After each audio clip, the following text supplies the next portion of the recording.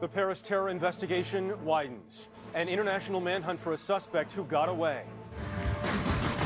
Frightening images emerge inside a concert hall, along with extraordinary stories of survival. Did the attackers use so-called dark apps to hide their communications? President Obama huddles with Vladimir Putin over the fight against ISIS.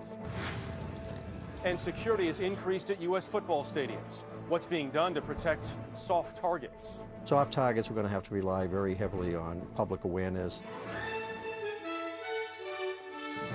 This is the CBS Evening News. Good evening, I'm Jeff Glor, and this is a Western edition of the broadcast. The death toll from the terror attacks in Paris stands at 129. More than 350 were hurt and 77 in critical condition. ISIS claimed responsibility, and tonight France has responded. These are French warplanes unleashed earlier in a wave of airstrikes from Jordan and the United Arab Emirates. They bombed command centers around the ISIS stronghold of Raqqa in Syria. It comes as the investigation is widening. An international manhunt is on for a 26-year-old French national who had been living in Belgium. 7 other suspects are dead, 6 from suicide bombs, another killed on Friday in a shootout with police. So who are the suspects and how could they plan the first coordinated attack by ISIS in the West? We have a series of reports starting in Paris with Elizabeth Palmer. Hundreds of people who'd gathered near the locations of Friday's attacks suddenly bolted tonight. And for a few minutes, they were convinced the nightmare was starting all over again. They dove for cover anywhere that looked like a good place to hide. Even the police went on alert, but it was a false alarm. And it's still not clear what started the panic. Tension is high, especially after the police today issued an international arrest warrant for a suspected terrorist who's still on the loose. Saleh Abdeslam from Belgium is one of 3 brothers thought to be involved in the attacks. He's suspected of running logistics and renting a car that was towed away from near the Bataclan concert hall for forensic testing. The police have also identified some of the 7 dead attackers. They include Abdesalam's brother, Ibrahim, who gunned down restaurant customers in central Paris and then blew himself up. Ahmed al-Mohammad was another suicide bomber who tried to attack the football stadium. He was 25 and a Syrian who slipped into Europe on what may have been a false passport last month among the thousands of asylum seekers who have come ashore in Greece. And Omar Ismail Mostafai, 29 years old, was a French citizen and petty criminal. He was on a police watch list after being radicalized in 2010. And he led the attack in the concert hall. Here's the result. A distressing photo of the crime scene shows the bodies of music fans executed on the spot. Today, family members got as close as they could to the place, still under police guard, and their shock dissolved into anguish. Nearby, where floral tributes are piling up, a rabbi and 2 imams came to light candles and speak to the crowd. Now is the time, said one of the imams, for French Muslims to take a clear stand against any form of terrorism.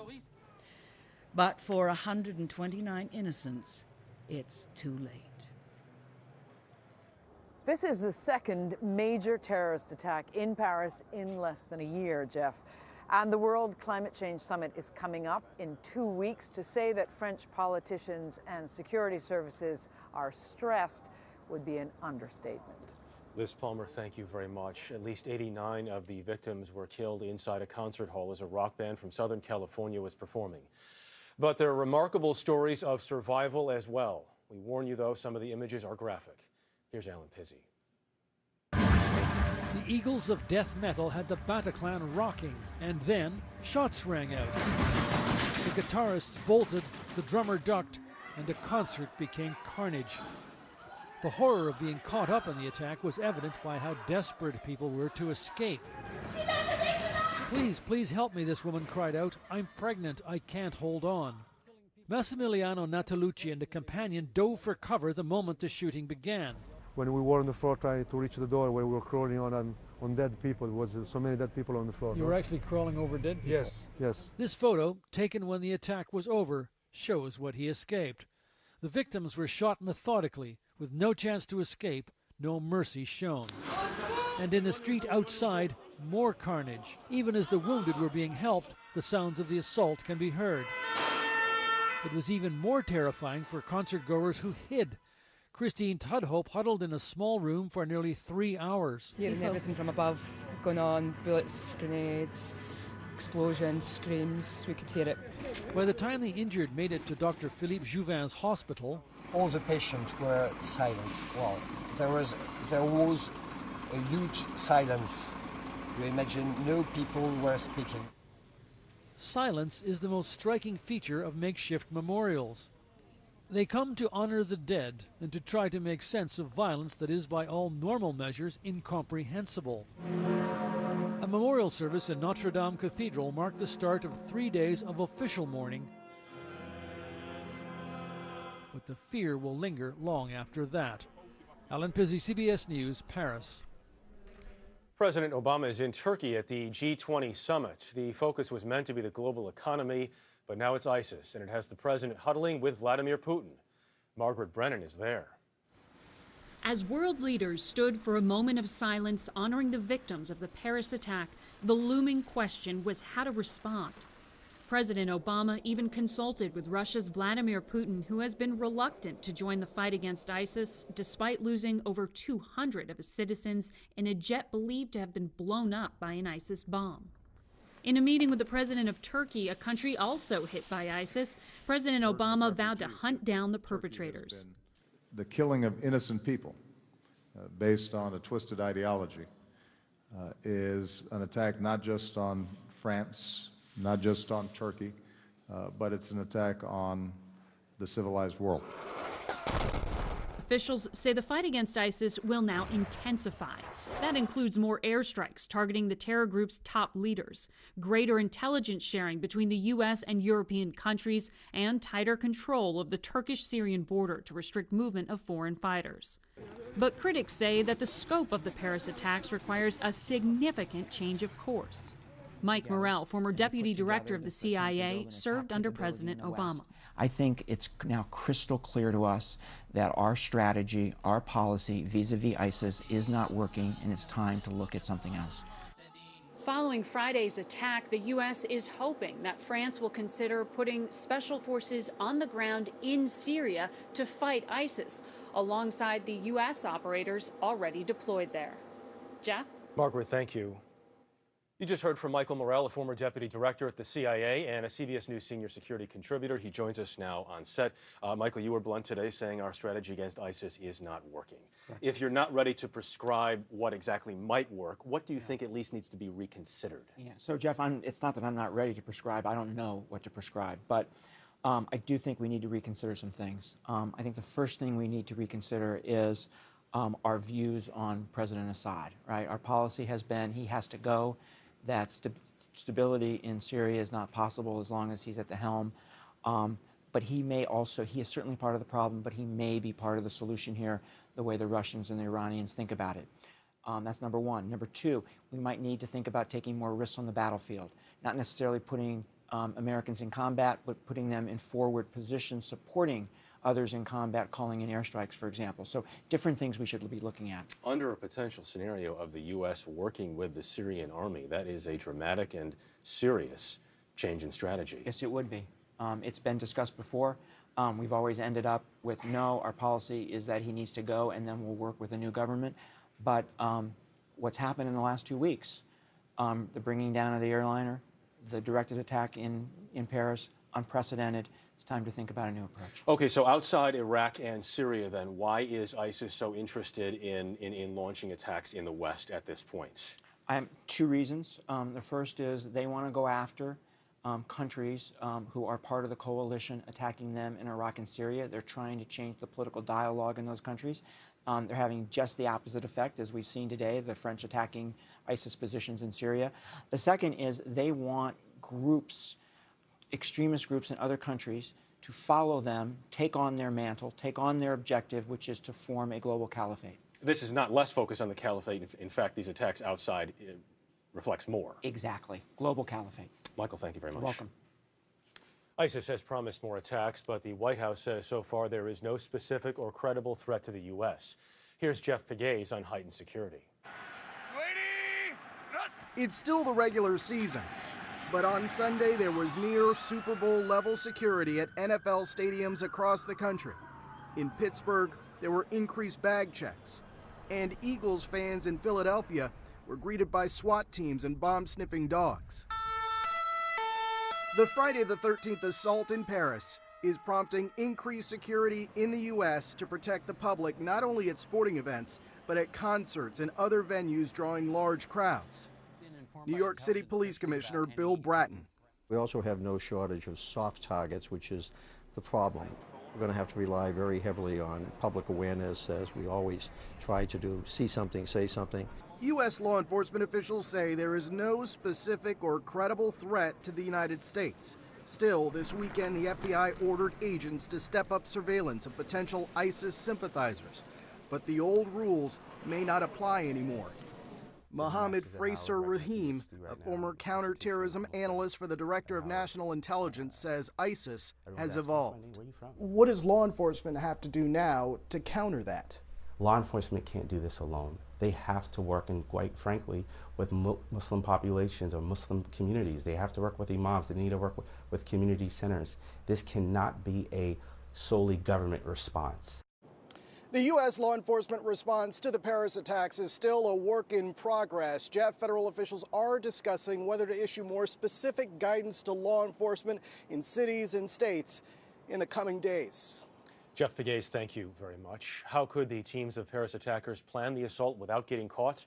Contessa Brewer shows how technology could have played a role. The Paris attackers may have pulled off their plot, in part by keeping their plotting secret. ISIS uses so-called dark apps to hide their messages from surveillance, the same apps many people use to keep information private. Former FBI Deputy Director Timothy Murphy. It's caused a huge blind spot for intelligence agencies and the law enforcement to actually get insight to what they're doing. Often, even the app makers can't get the data because messages self-destruct or the encryption key constantly changes. New York City Police Commissioner Bill Bratton. These apps, these devices that now allow these terrorists to operate effectively without fear of penetration by intelligence services, this is the first example of this. In Brussels, searching for accomplices, investigators reportedly discovered a PlayStation 4. Belgian leaders say communications on the gaming console are also difficult to monitor. It's a huge problem, the social media recruitment, social media radicalization. Then they'll go off those social media platforms into encrypted platforms to have further conversations about travel, about if you can't travel, take action against your own country. And ISIS is already using the Paris attacks to build its brands online. This event is in many respects similar to the events of 9/11 in terms of the game-changing aspect of it. If you think the dark apps are just domain of terrorists, think again. Medical and legal professionals use them to keep your information private, and British intelligence reportedly uses them for its own communication. Jeff? Contessa, thank you very much. An American college student was killed in the attacks while having dinner with friends. Her story on the CBS Evening News continues. The only American confirmed killed in the Paris attacks was a student at California State Long Beach. Today, that school held a vigil in her honor. Here's Maria Villarreal. Noemi Gonzalez was a first-generation Mexican-American with big dreams, says her mother, Beatriz. She was hoping to have a different life. She wanted to have a career and a family. Gonzalez was one of 17 Cal State Long Beach students studying this semester in Paris. A Friday night dinner with other foreign exchange students ended with Gonzalez among 19 people gunned down at La Belle Equipe restaurant, half a world away. This really affects us profoundly. Professor Michael Lafort called Noemi an extraordinary student. Noemi was something of a star, and she brought joy, happiness, laughter to everybody she worked with. For her family, there's yet another heartache. FBI, they told us that it's going to take like 3 weeks or more to have the body back because she has to stay there for all the investigation. Noemi Gonzalez was just 23. Her boyfriend posted on Instagram, "I lost the most important person in my life. She was my best friend and she will always be my angel forever." Mireya Villarreal, CBS News, Los Angeles. The Paris attacks also changed the focus of the Democratic presidential debate. That story is next. The attacks in Paris had a big impact on last night's Democratic primary debate in Des Moines. After the debate, over half of Democrats and independents polled said Hillary Clinton won. Bernie Sanders came in second, followed by Martin O'Malley. Nearly two-thirds say Clinton is the candidate they trust most to fight terrorism. More now from Nancy Cordes, who was on the panel. Good evening. At a debate refocused on foreign policy, the former Secretary of State said she's best prepared to deal with threats like ISIS. It cannot be contained, it must be defeated. Vermont Senator Bernie Sanders argued the U.S. should be part of that fight, but not lead it. The disastrous invasion of Iraq, something that I strongly opposed, has unraveled the region completely. Let's just be clear about what you're saying. You're saying Secretary Clinton, who was then Senator Clinton, voted for the Iraq War. I don't think any sensible person would disagree that the invasion of Iraq led to the massive level of instability we are seeing right now. The candidates also clashed over health care, taxes, and big dollar donations. Why, over her political career, has Wall Street been the major campaign contributor to Hillary Clinton? We need to step up and we need to protect Main Street from Wall Street. And you can't do that by campaigning as the candidate of Wall Street. I represented New York on 9/11. When we were attacked, where were we attacked? We were attacked in downtown Manhattan, where Wall Street is. That comment sparked reaction on debate partner Twitter. Secretary Clinton, one of the tweets we saw said this: "I've never seen a candidate invoke 9/11 to justify millions of Wall Street donations until now." I'm sorry that whoever tweeted that had that impression, because I worked closely with New Yorkers after 9/11 for my entire first term to rebuild. And so, yes, I did know people. I've had a lot of folks who give me donations from all kinds of backgrounds. While respondents to our poll called Clinton the winner, they gave her and Sanders equal marks on the economy and gave him a nearly 2-to-1 advantage, Jeff, when it comes to dealing with income inequality. Nancy Cordes, thank you very much. Another big story this weekend, the frightening crash of a sightseeing bus in San Francisco. That story's ahead. There are reports 2 tornadoes touched down today south of Sacramento, both in Stanislaus County. No word of injuries. Officials are assessing the damage there. 4 people were left in critical condition after a double-decker tour bus in San Francisco went out of control. Here's Jamie Yukas. The open-top double-decker tour bus ran down a bicyclist, struck 2 pedestrians, and smashed into moving cars, and kept going. Stunned witness Katie Bailey. The bus was going very quickly through the intersection, like at least 40 miles an hour, and it looked like it was going out of control. The bus came to a halt at a construction site in the middle of Union Square, a busy shopping and hotel district in San Francisco. Security worker John Zimmer called the scene horrific. It was like a bomb going off. It just kept boom, boom, boom, boom, boom, boom, boom, and it was like it wasn't going to stop. 30 people were on the bus when it crashed. 20 were hurt. 8 people, including a minor, were taken to the hospital. 4 remain critical. Officer Albie Esperanza says the investigation is ongoing. We will look at any mechanical malfunctions. We will look at any DUI or alcohol or narcotics as standard operating procedures. The CEO for City Sightseeing San Francisco released a statement saying he was deeply saddened and is cooperating with the authorities. Firefighters say the bus driver was awake and talking at the time of the crash, but his condition is not known. Jamie Yukas, CBS News, New York. And we'll be right back. Finally here tonight, it happened in Paris, but the world is watching. England, Germany, Myanmar, the Philippines, Afghanistan, Pakistan, Egypt, India, Nepal. Vigils and memorials of light stand in stark contrast to Friday's darkness. In Washington, D.C. today, James Jones brought his two sons, Riley, 7, and Grayson, 5, to the French embassy. At the Eiffel Tower, under extra police protection, this scene at sunrise.